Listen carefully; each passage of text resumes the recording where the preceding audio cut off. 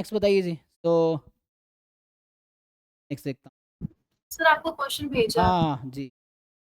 तो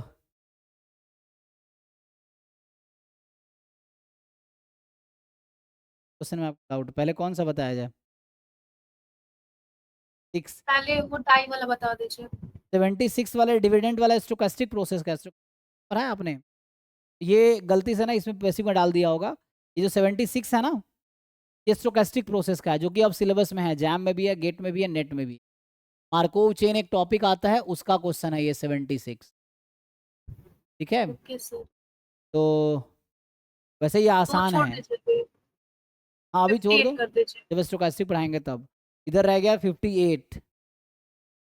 58 जो है, consider 4 dice d1 d2 d3 d4 each having 6 faces marked as follows. तो d1 डाइस पे 6 फेस है, 4 4 4 4 0 0, मतलब 4 है ना। पहले डाइस पे जो डाइस 1 है, इसका फेस है 4 4 4 0 0। ये हो जाएगा।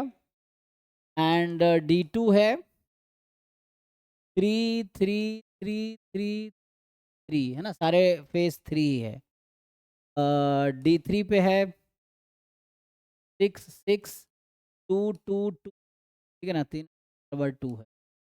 एंड d4 जो डाइस है पे है 5 5 5 1 1 1, ठीक है। Now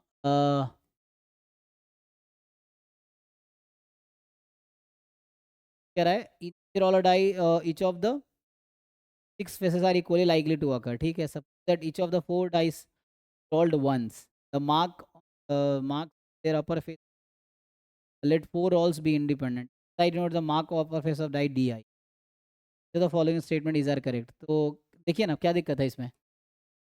x1 more than x2 का क्या मतलब हुआ कि पहले डाइस पे जो नंबर आया वो ज़्यादा होगा दूसरे डाइस से।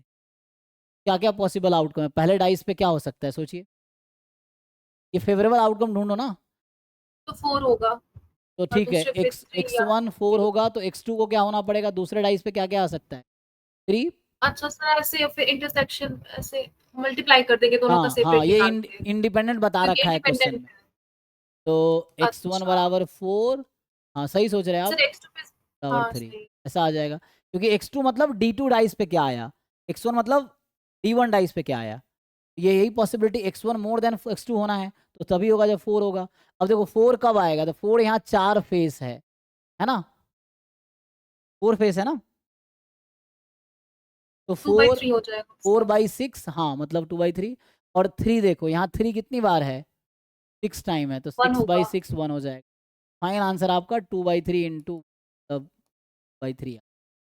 ऐसे ही ईच ऑप्शन में करना है। सही है, हो आएंगे आगे जाएगा तो। करके देखिए ना। डी वाला थोड़ा सा समझा। डी वाले डी में वाले देखिए। में क्या करना है? हाँ, डी जो कह रहा है कि आपका event x1 more than x2, एक इवेंट है x1 मोर देन x। तो बताइए क्या क्या है इसमें, अभी आपने लिखा इसमें आया x1 इज इक्वल टू 4, क्या आया x1 is equal to 4 and x2 is equal to 3, यही है। दूसरा इवेंट बोल रहा है x2 ले more than x3, x2 more than x3 में क्या क्या आएगा बताइए आप, x2 पे क्या है। सर x2 पे 3 आ जाएगा और x3 पे 2 आ जाएगा ना। राइट, ठीक है। तो ये अभी आपका E1 है, ऐसा मान लीजिए कि ये इवेंट E1 है और ये इवेंट आपका E2, ठीक। अभी हमें क्या करना है, ऐसा निकालना है कि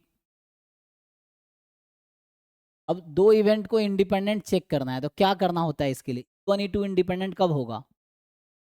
सर जब इंटरसेक्शन ले लेंगे उन दोनों का, और वो उन दोनों की मतलब सेपरेट मल्टीप्लाई की इक्वल हो। लीजिए इंटरसेक्शन। तो अभी probability of E1 intersection E2 लिखेंगे। E1 में है x1 4 है, x2 3 है, इसका इंटरसेक्शन होगा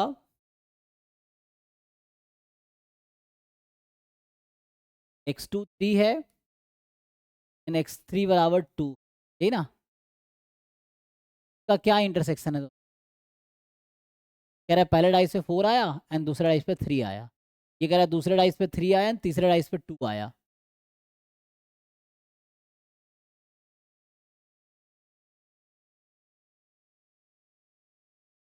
ठीक है, इंडिविजुअल आप निकाल ही चुके हो। जैसे इंडिविजुअल प्रोबेबिलिटी ऑफ E1 आपने निकाला है तो ये 2/3 आया। और E जो है इसका कितना आएगा, अलग अलग कर लेंगे। x पे 3 आने का क्या चांस है? 1। एंड इस पे 3 पे 2 आने का क्या चांस है? 4/6। ये भी 2/3, अलग अलग तो ये आ गया। अब ये निकालना E1 इंटरसेक्शन E2 निकालना है।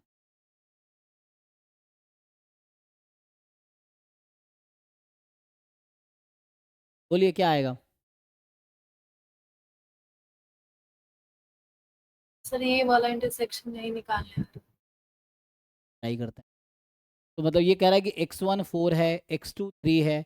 जो नहीं लिखा है ना वो कुछ भी हो सकता है। जैसे मान लो इसमें जैसे x3 नहीं है, x3 में भी अगर मैं चारों को एक साथ लिखता तो चारों में ये है कि x3 कैन बी एनीथिंग। में क्या है 6 या 2, यहाँ x3 में है 2, इंटरसेक्शन वही आएगा। देखो जहाँ जो मिसिंग है ना, आप समझिए जरा मैं कहना क्या चाह रहा हूँ। ऐसा है, ये जो है ना इवेंट कि x1 4 है तो क्वेश्चन है यहाँ x2 क्या है। x2 यहाँ कुछ भी हो सकता है ना? इसमें x2 नहीं, अच्छा x2 तो है ना 3, x3 क्या है यहाँ पे? x3 can be anything, x3 2 और 6। x4 नहीं है तो x4 क्या हो सकता है? 5 और 1। ये मतलब है, ये पहला इवेंट का मतलब ये हुआ इंटरसेक्शन। अब दूसरा, यहाँ x1 नहीं है तो x1 कैन बी एनीथिंग, 4 और 0, कॉमा कॉमा तो इंटरसेक्शन और मतलब अभी है ना एक साथ है। x2, यहाँ x2 तो बता रखा है कि 3 ही होगा, x3 इसमें है 2 होगा। अब यहाँ भी x4 लिखा नहीं है, मतलब x4 कैन बी एनीथिंग। ये है मतलब ये हुआ कि x4 कैन बी एनी। तो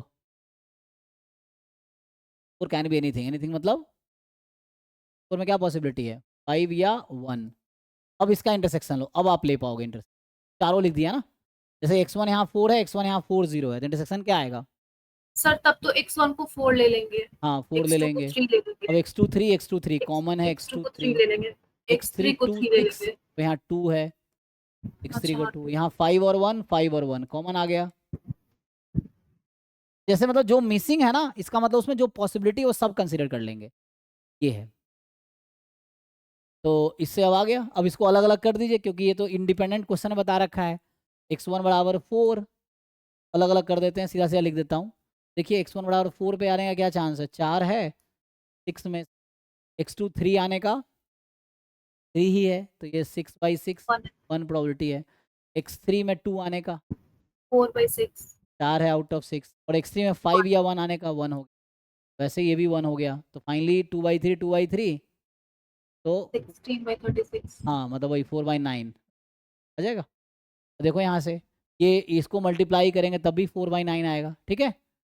इससे क्या प्रूफ हो गया? यस सर, E1 इंडिपेंडेंट है। इंटरसेक्शन E2 इक्वल है probability of E1 into probability of intersection की प्रोबेबिलिटी इंडिविजुअल प्रोडक्ट के इक्वल है, इसलिए इंडिपेंडेंट। ठीक है, अच्छा कर रहे हैं आप, अच्छा प्रैक्टिस, ये अच्छा क्वेश्चन था। ये है कि ठीक है जी, ऐसी प्रैक्टिस करते रहिए, हो जाएगा ना यार, ट्राई करते रहेंगे, ऐसे सीखने का टाइम है, अभी सीखते रहिए एग्जाम। और बताइए हाँ सर, इनका, मैंने एक क्वेश्चन भेजा था अच्छा सर। आपका रह गया ना, ठीक है। तो